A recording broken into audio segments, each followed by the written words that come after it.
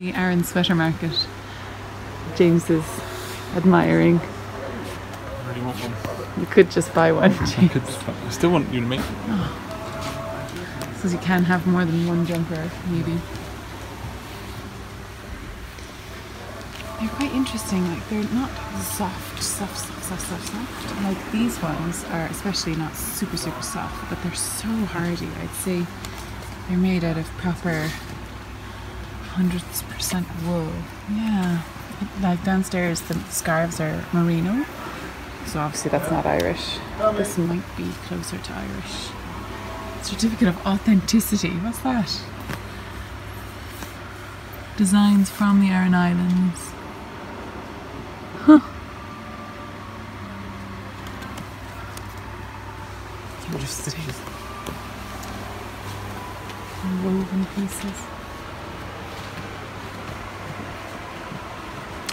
They're very nice. Oh, cashmere. Definitely not Irish. Cashmere is from Afghanistan and Pakistan, people.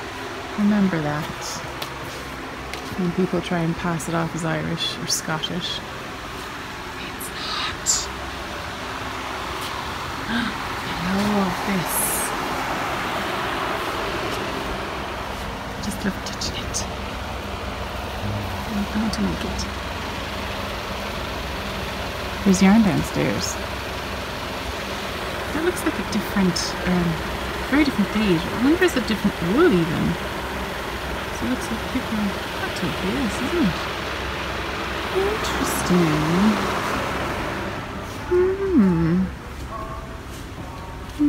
Shawl collar. Those shawl and neck. I think these are my favourite here. These kind of classic ones. Or with a cable down the centre, honeycomb on either side. I quite like that. And then some sort of braid going down there. Pretty! And this is the wall of wool. This is hands probably. Well then.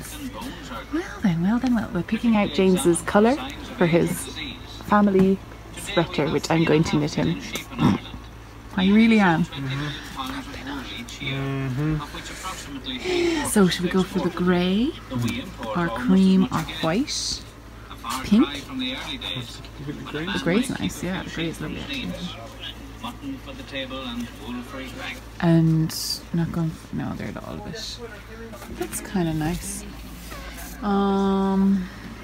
Is it 200 grams? 200 grams, yeah. 200 grams, and what does it give you yardage?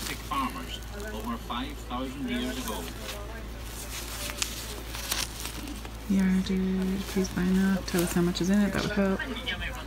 365 yards. I'd say at least 5 of those. Yeah.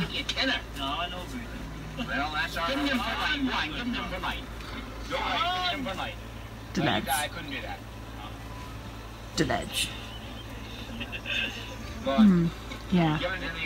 That's a kilo of yarn. Yeah. How much was it again? 12.95. So 13 euros for 200 grams. Sure, that's great. Is it? Yeah, very good. Very good value. Great. Are you happy? You'll be happy when I actually have it. Yeah. Oh, hey, look. Let's show you all the stuff in there. I quite like this wool though. This wool is properly, it's milled in Ireland, at least.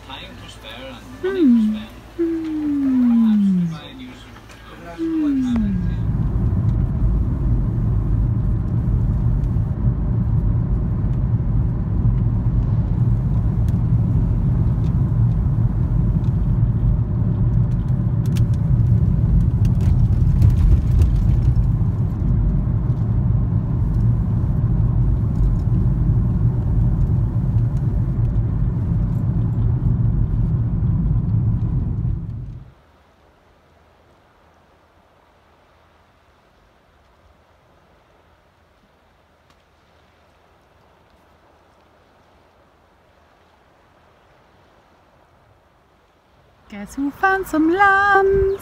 Me! I found some lambs in County Kerry. Lammy, lammy, lammy, lammy, lammy, lammy, 2 little lammies sitting behind a bush. Mammy's over there having some lunch. It's a great little song. Straight to number 1.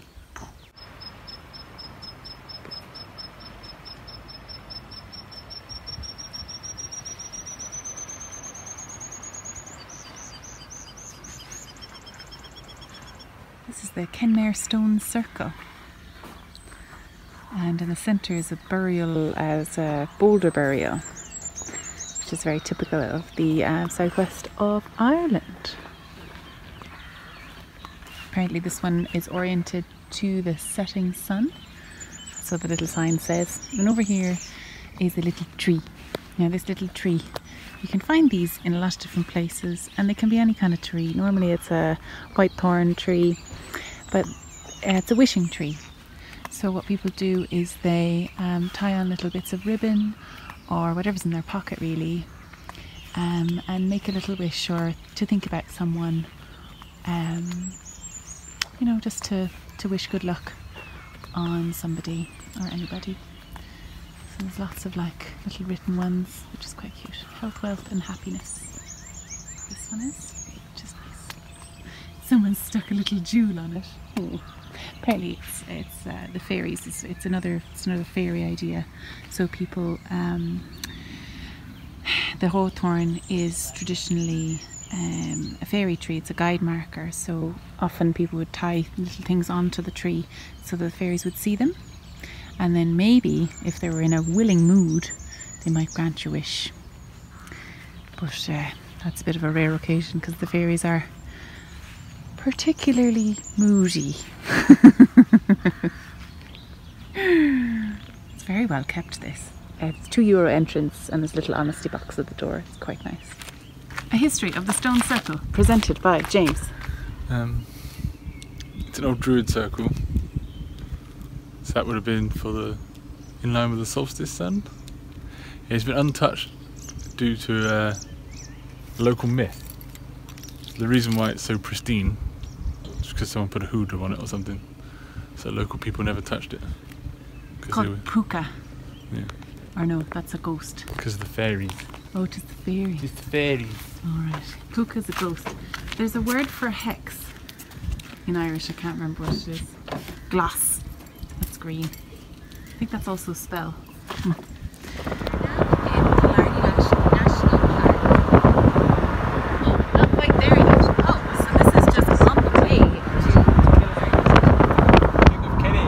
Of Kerry. Oh, sheep. That's nice. I love all these outcroppings. It's very Gondor and rocky.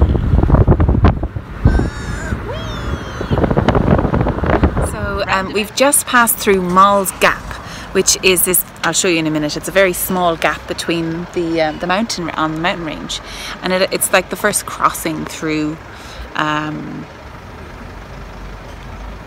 mountains. It often is the first thing to get snowed in, but right behind me here is Avoca, so we're going to go in and have a little look. It's a lovely little shop, you know, taking full advantage of the tourist trade. So it is a tourist trap, but it's also quite a nice place. Opposite Avoca you have this stunning view with this gorgeous road. This road is some of the nicest roads in Ireland to drive down on a lovely day, of course. Now just up here, I believe this is Caherdaniel, I think it is. Well, if it's not that one, it's the one behind it. Which is the largest mountain in Ireland, the highest mountain in Ireland. So now, let's go in. What's James doing? What's he doing? James? Your keys? You were driving the car with them? Oh, your glasses, they're in my bag. They're in my bag. Right here, in my bag. I'm so annoying. There it is! It's quite small. So if you see there, that's the Ring of Kerry, Sneem, which is actually a lovely town, and the Black Valley. Black Valley was the last place in Ireland to get electricity, somewhere in the mid-century. I think it was quite late. A lovely little store. they weave a lot of their throws in Wicklow, which is a lovely place to go. Avoca village, all their hand weavers are there, and I think you can visit. So this is the old traditional type loom. If anyone has seen my Eddie Doherty vlog, he weaves on the same type of loom. It is a working loom. It's beautiful. They're using some lovely, looks like mohair boucle just there, which comes up quite cute. So yeah, there's lots of different types of Irish handicrafts here. Hopefully stuff is made in Ireland, one would hope. Okay, now I'm reliably told we are actually in Killarney National Park, and there's lakes and lots of trees and mountains. Yay, that's a big hill there now. That's another one there now. Fabulous. Just stopped at Ladies View, and James is going up there, and I don't know what business he has going to look at Ladies View, because only ladies are allowed. Doesn't he know? James, close your eyes. Stop looking. Stop it. All the other boys in this video, you're not allowed to look either. Only girls, only ladies. Ladies View. I looked and got a massive hit of estrogen. Oh, now you're more sensible. Yeah. Oh no, sorry, that was very sexist. It is quite pretty indeed.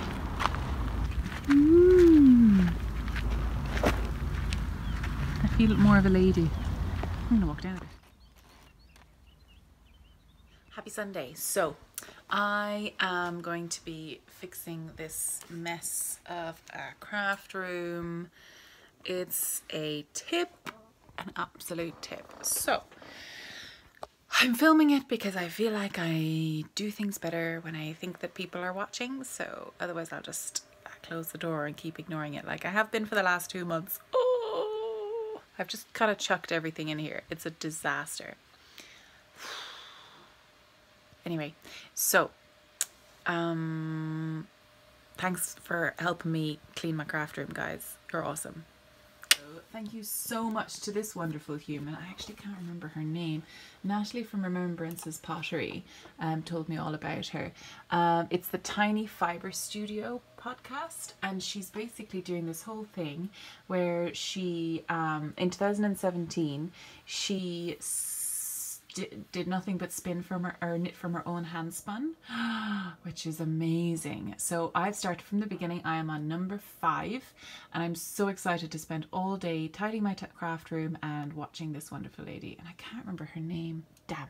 Anyway, sorry. I love you. You're so good. Tiny Fiber Studio is her deets. Tiny Fiber Studio, and she needs more than 1K. Okay, go follow her right now.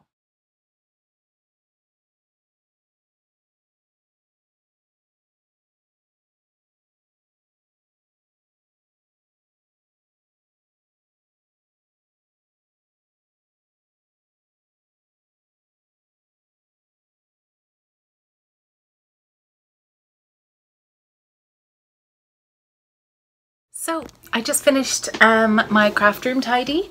I am super proud of this hook system for all of the projects, that all of my samples and all of my woven pieces and all of the shawls that I've knit. So they're all hanging up there. I'm gonna need a bigger door. I also put up 2 little hooks here for my sock blockers to show them off. I put up my beautiful little hair that I won at Atlantic Knitscape this year. This beautiful piece of swallows is by my friend Marianne Prince, fabulous watercolor artist. And this is the piece that I won from Atlantic Knitscape last year. So I'm hoping to build up a whole wall of Atlantic Knitscape. The yarn wall is looking a little bit bare at the moment, but that's fine. But look, a clear bed. Oh, except for beans. Sorry, beans. There is a few things underneath here, like my packaging supplies. There's the sewing section there. I'm sorry about my shirt if that's offended anybody. It's a really cool podcast show called My Favorite Murder, and I'm sorry about the F word in it, but it's my t-shirt, so sorry. These are all my notebooks, which I've gone through and I have an awful lot of old sketches in there, and some people were saying that they'd like to see some more of my sketches, so I'll probably be uploading some sketches on Instagram occasionally whenever I get the urge to open the book and open one of the books and pick something nice to show you guys. I've got my diffuser on with some beautiful lemongrass because it's the most beautiful smell in the world. I've finally watered some plants and put up my little collection of fellow friends that I took up to Woollen. I've cleaned off my desk, amazing. Printer, a few bits and bobs up there, and I put away all of my minis. I did a big mini sort out. All of my what's over here? Oh, this is all of my bags. Yes, this is all of my bags, project bags. This is all of my fibre. Fits into one drawer. That's pretty okay. These are all of my minis. It's a lot. And this is all of my packaging, a lot of my packaging stuff. This is the little square that I like to keep in there for the podcast. So anything new that I want to talk about or any projects I'm working on that I finished, I put in there until the next podcast. And then everything else is kind of like, it's done by, actually I don't know if there was an order to it or a sense. This one feels like my rusticy drawer, or Edinburgh Yarn Festival 2018 drawer. This is probably my oldest yarn. This is Canada. This is some yarn that I got from Circus Tonic Handmade down in Australia. This is yarn that I've got more recently than that. This is a whole bunch of sock yarn, and this is a whole bunch of yarn which I'm kind of contemplating weaving with maybe. They're not 100% wool. Some of them are cotton, although the wool mice is in there. That shouldn't be there, but there's nowhere else to put it. I've got an idea for that. I'm gonna try and knit the Viajante. I'm scared, but I saw Carl come and do it. Carl was doing it at my retreat in April, and ever since Mina did it, I was like, oh, this looks so nice. So we'll see about that. This is my pins and my marketing stuff, you know, cards and labels for the yarn and things like that. And then up there is some notebooks that I use regularly, and buttons, and my tarot cards, because sometimes I get in the mood to have a little tarot workout. This is my little, it has been my little tray. It's been locked in here because I've not been doing much. That's my blocking wires and my blocking mats. So I've got some projects in there, long-term projects, which really do need to be done. I've been ignoring them, but I just want to talk a little bit about a little experiment that I'm working on. I don't know if it's going to work at all, but I'll show you anyway. If anyone knows kittens, my one kitten, this one, seems to quite like the cables of my nice Chagu needles, and he likes to chew in them. Chew, chew, chew. Now I just found this that I had been using for obviously not my nails because they are horrible right now, but for polymer clay. And I just said, do you know what, I was able to knit a hat on this. I was able to knit my repeal hat on this cable, but I had to make sure that I was knitting in one direction because the bites seemed to be like cutting in one way.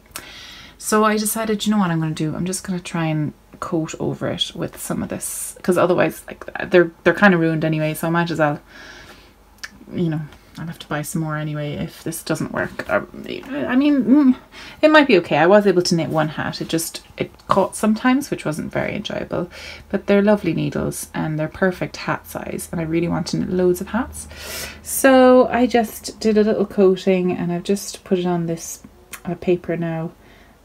Just to see if that works, so I'll let you know if that does work. So at the moment I'm going out to knit on something that I just started knitting last night, and I'm so excited that I'm knitting again. I've decided to pull out the sweater that I was knitting, the Ada. I think I needed to do it with a less squiggly yarn. I was knitting it from sock blanks, and the gauge was just not right. So I just pulled it out. I've pulled it out too many times. I'm just like, no, I'm not feeling it. And I feel so much lighter now. So I'm going to knit that Ada with another yarn.